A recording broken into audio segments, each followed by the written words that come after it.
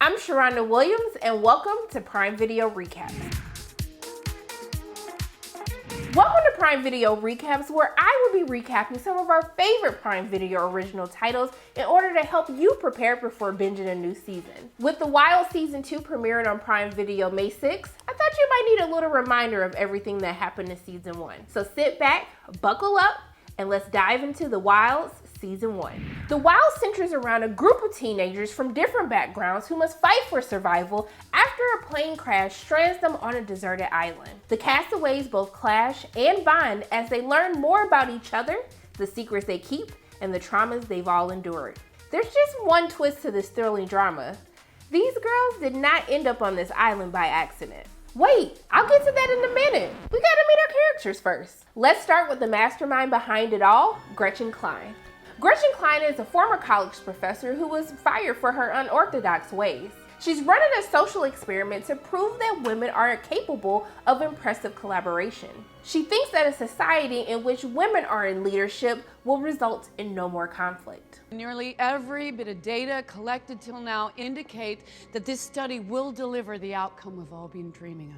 In my humble opinion, this experiment seems like a way to overcompensate for her parenting failures with her son Devin, but we'll delve into his story a little later. Gretchen is bad to the bone and will do whatever it takes to make sure that her experiment is a success. This experiment is like having a kid. The moment you think you understand what you're dealing with, it changes again. Don't forget how she let Lynn Bach die after Lynn decided that Gretchen's ways were a little bit too unorthodox for her to continue as an informant in her experiment. Gretchen will lie and manipulate anyone in her path, including the girls and their parents, to ensure that her experiment is completed. So next up, let's meet our castaways. First up, we have best friends from Minnesota, Tony and Martha. Tony has been dealt a bad hand in life, which has led to some anger issues with her being in and out of foster care. I just don't understand why you run so hot all the time. Martha said it's not just about me. You've always been this way. Tony is an athlete. She's captain of the basketball team. But we also get to see what her softer side has to offer as we explore the friendship between her and Martha, whom she actually lived with after having a bad run-in with her foster home. On the island, Tony slowly begins to let her guard down and even starts a romantic relationship with Shelby after the pair originally got off to a rocky start when Tony thought Martha was spending a little bit too much time with Shelby. Can I let her speak for you now? Tony, that's not... Okay, whatever. Make all the plans that you want. I'm gonna go and do the work. Martha loves animals and has a heart of gold. Tell yourself it's like an alien baby or some kind of demon fetus. I don't want to dissect any of those either. And besides, I'll know it's a pig in my heart. She also has deep ties to her Native American heritage and is amazing at dancing, especially the jingle, which is a native dance from her culture.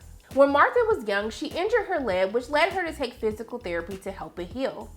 It is later revealed in the season that Martha's optimism and willingness to see the best in others stems from her blocking out that she was sexually abused by her physical therapist. Next up, we have the Texans, Dot and Shelby. Shelby is a young pageant woman who loves the Lord. She is nice, almost seeming angelic at times. Okay, I do real. Okay? I do family, I do Jesus, I do pageants. Her parents are very conservative and her father is a pastor that runs a men's conversion therapy group. I would never do something like I know what I walked in on. Yes, me stopping it. Shelby's high optimism and strong religious beliefs begin to cause tension with some of the girls on the island. Okay, but don't worry. Because if God brought us to it, God will bring us through it. Especially when Shelby tells Tony that her sexuality is a sin. We also learn that Shelby is harboring two major secrets, one being that she wears artificial teeth and the other being that she is a lesbian herself. We find out that before Tony and Shelby's romance flourished, she used to date a young woman by the name of Becca. Becca later commits suicide, which leads Shelby to feel responsible for her suicide because Shelby ghosted her after her parents found out about their kiss. Dot is our expert survivalist on the island due to her watching a lot of survivalist movies and TV shows. Survivor, obviously. Man versus Wild. Wild Alaska is solid. Alone. Naked and Afraid. How many of these are there? She's a natural born leader who helps the girls out while on the island. In her backstory, we find out that she has to take on a lot of adult responsibilities due to her being the main caretaker of her father, who was terminally ill. She also sells oxycodone pills at school in order to help ends meet. So I noticed the oxycodone is going pretty fast. Before her father passes away, he gives her Gretchen's card to give her a call in the case of his death, which is how this leads Dot to meeting Gretchen and being a part of the Dawn of Eve retreat.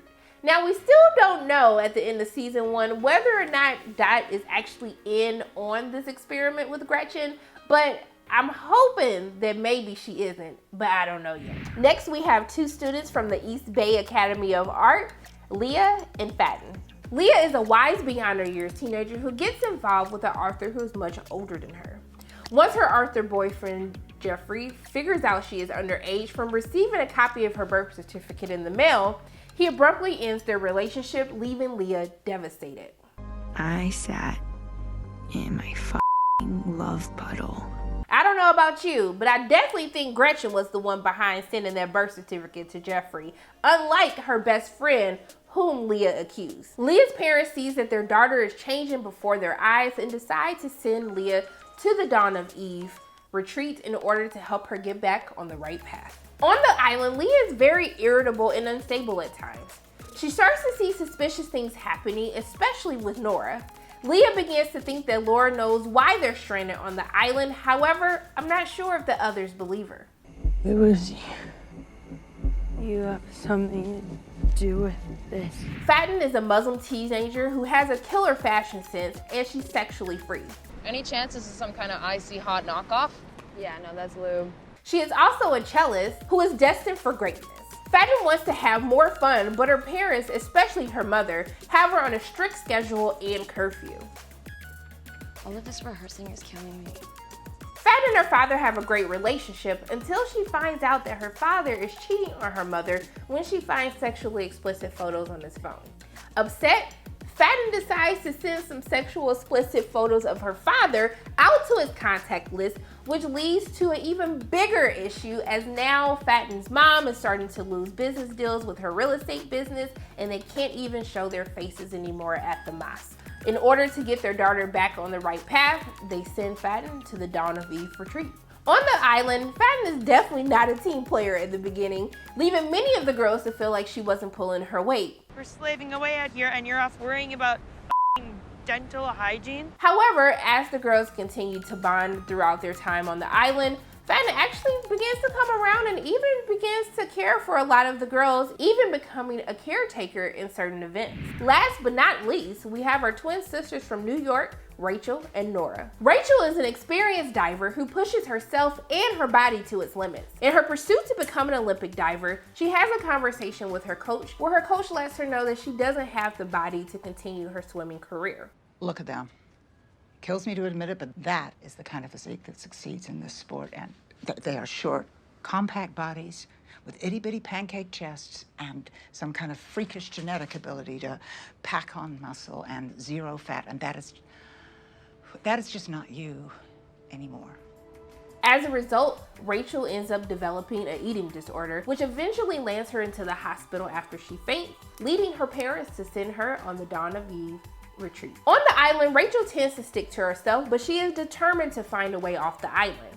We see in the second episode that Rachel has actually lost her hand, but it isn't revealed until the season finale of season 1 that Rachel lost her hand after being attacked by a shark. Her sister Nora, on the other hand, is shy and very quiet compared to her sister.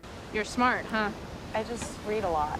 She's dating a guy by the name of Quinn, who she ends up pushing away after her sister Rachel doesn't approve. She thinks he's a little weird. Isn't he a little weird? And I'm not. No, but like, you're a quirky. Wanting more answers about Quinn's death, Nora goes to the prison to visit Devin, who is responsible for Quinn's death. She ends up running into his mother Gretchen, who then recruits her and basically uses her grief to get her to join the Dawn of Eve experiment. Also too, she added an extra bonus that participating in this experiment will also help her sister with her issues as well. I want you to ask yourself, Nora, am I thriving? On the island, Leah begins to suspect that Nora knows a little bit more as to why the girls are on this island. After Leah goes to confront Nora, the shark attack happens, and as Nora goes to try to save her sister, she is lost at sea and at this point presumed to be dead. Throughout the course of the season, we find out little details about the girls' stories and also too where they're currently being held as the girls are being interviewed in a facility near Peru, thanks to Leah's inquisitiveness. In the shocking season finale cliffhanger, we see Leah wanders into a room where she sees computer cameras and she realizes that they are not the only ones who have been stranded on the island. She sees a group of boys.